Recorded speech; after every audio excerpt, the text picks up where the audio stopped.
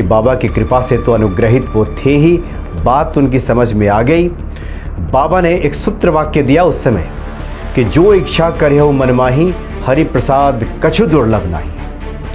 जो हरि के कृपा पात्र हैं, जो हनुमान जी के कृपा पात्र हैं, वो जो इच्छा करते हैं सब पूरा होने लगता है। तो आगे ये हुआ कि रवि प्रकाश पांडे जी ने बच्चों को डांटना फटकारना बंद कर दिया, ईश्वर का रूप समझकर अपने कर्तव्यों का पालन करने लगे। जय सिया राम। सब सुख लहे तुम्हारी सरना, तुम रक्षक काहू को डरना। जो हनुमान जी के भक्त हैं, साधक हैं, कृपा पात्र हैं, साधु महात्मा हैं, उनका कहना है कि ईश्वर जब एक बार किसी का हाथ थाम लेते हैं, यानी जब कृपा करते हैं, तो इस कृपा की अनुभूति चारों तरफ से होती है, चतुर्दिक होती है। व्यक्ति चारों तरफ से चतुर्दिक तरीके से प्रगति के रास्ते पर आगे बढ़ने लगता है। चारों पुरुषार्थ उसका सधने लगता है, धर्म, अर्थ, काम और मोक्ष, ये क्रमशः उसकी प्रगति होने लगती है और अंतकाल रघुवरपुर जाई, ये स्थिति बन जाती है। यानी कि वो प्रभु राम का परम धाम आखिरी क्षणों में प्राप्त कर लेता है और जीवन का जो कर्तव्य पथ है उस पर भी वो सुचारू रूप से चलता है, अपने कर्तव्यों का निर्वहन करता है। पिछली कड़ी में जब बाबा नीम करोली जी महाराज के अलौकिक प्रसंग की चर्चा हो रही थी, तो उसमें रवि प्रकाश पांडे जी की बातें सामने आई थी कि किस प्रकार से बाबा जी ने उन पर कृपा की थी कि सखा सोच त्यागहु बल मोरे, सब विधि काज घटब मैं तोरे। कि सखा हर प्रकार की अपनी सोच को त्याग दो, चिंता त्याग दो, मेरे बल पे भरोसा रखो, मैं तुम्हारे सभी कार्यों को, समस्त कार्यों का संपादन करूँगा। पिछली बार इस बात की चर्चा हुई थी। आगे उन्होंने कहा है कि बाबा ने सिर्फ उन पे ही कृपा नहीं की, बल्कि उनके चतुर्दिक कार्यों को संभालने लगे, उनके बच्चों पे भी कृपा की और बच्चे बड़े पदों पे पहुँचे और उनका जीवन खुशहाल हुआ। उन्होंने कहा है कि व्यक्ति सिर्फ हनुमान चालीसा का पाठ करते रहे, हनुमान जी की शरण में रहे, बाबा के अलौकिक प्रसंगों को सुनते रहे, चर्चा करते रहे, उनका ध्यान धरते रहे, तो बाकी सारे कार्य बाबा जी स्वयं संभालने लगते हैं। उन्होंने आगे लिखा है कि बाबा एक बार रामेश्वरम की यात्रा पे जा रहे थे।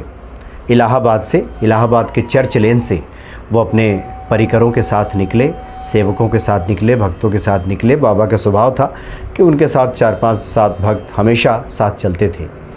तो बाबा जी ने सभी भक्तों को रिक्शे पे बिठा दिया, 3-4 रिक्शे पे सभी सवार हुए और सबसे आखिरी रिक्शे पे, जो सबसे पीछे पीछे चल रहा था, उस रिक्शे पे बाबा स्वयं बैठे और चर्च लेन से स्टेशन जाना था, जहाँ से ट्रेन पकड़नी थी और रामेश्वरम की यात्रा पे निकलना था। रवि प्रकाश पांडे जी कहते हैं कि अचानक बाबा ने सबसे पीछे रिक्शे पे जो बैठे हुए थे, उन्होंने रिक्शा चालक से कहा कि उस तरफ चलो, जहाँ पे रवि प्रकाश पांडे जी का घर था। और बाबा अचानक वहाँ पहुँच गए। बाकी अन्य भक्त स्टेशन पहुँच गए। गाड़ी को खुलने में विलम्ब रहा होगा और बिना बाबा की इच्छा के गाड़ी चल पड़े, ये भी नहीं हो सकता। बाबा की इच्छा से ही कुछ भी संभव हो पाता था। तो बाबा रवि प्रकाश पांडे जी के घर पहुंच गए और पहुंचते ही उन्होंने कहा कि सुनो, बच्चों पे अनावश्यक दबाव मत डाला करो, इसे इन्हें डांटो फटकारो मत।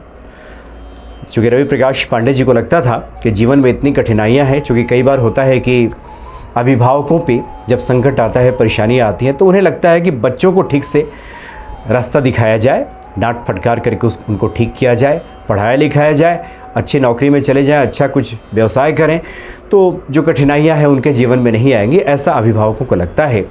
ऐसा ही रवि प्रकाश जी को भी लगता था और बच्चों पर अनावश्यक दबाव बनाते थे, डांटते फटकारते रहते थे कि तुम पढ़ाई नहीं कर रहे, तुम कुछ नहीं करोगे, देखो तुम लोगों का हाल ऐसा हो जाएगा। वो अक्सर डांटा करते थे। तो बाबा पहुँचते ही वहाँ बोले कि देखो, बच्चों को इस तरह डांटा मत करो। सभी, बाबा के शब्द हैं कि सभी बने बनाए आते हैं।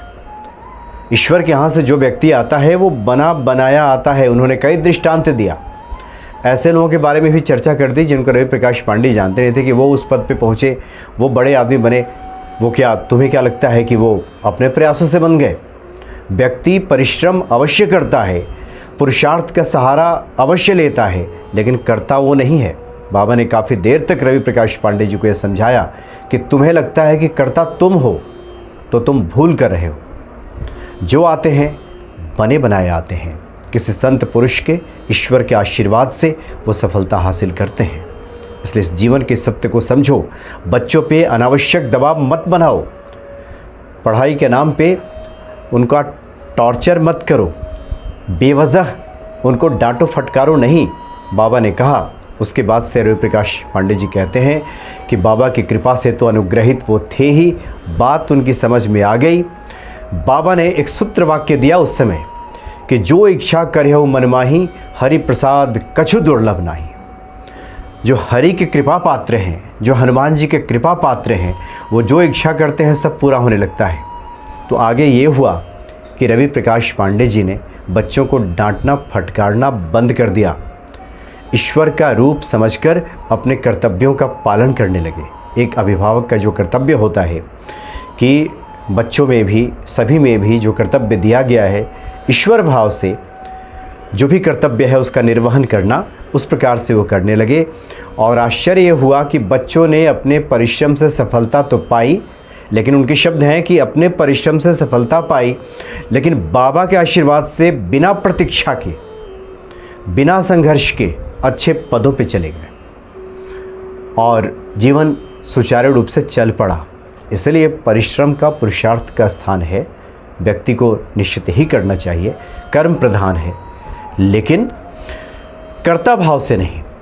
व्यक्ति का जो निर्धारित कर्तव्य है, कार्य है, उसको ईश्वर का कार्य समझ करके करना चाहिए। उसके बाद का जो फलाफल है वो ईश्वर के हाथ में होता है।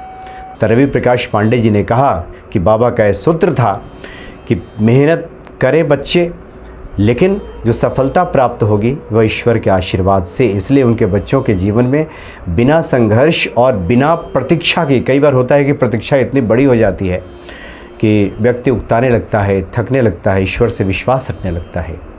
लेकिन जो लोग ईश्वर पर विश्वास करते हैं, हनुमान जी पे विश्वास करते हैं, निश्चित तौर पे उनके सभी कार्य ईश्वर संभाल लेते हैं। तो बड़ा अद्भुत ये अनुभव है रवि प्रकाश पांडे जी का कि जो ईश्वर के भक्त हैं, उनके चतुर्दिक कार्यों का संपादन ईश्वर करने लगते हैं, चारों तरफ से खुशियाँ आने लगती हैं और जीवन मंगलमय बन जाता है। ऐसे अलौकिक है बाबा नीम करोली जी महाराज। जय सिया राम।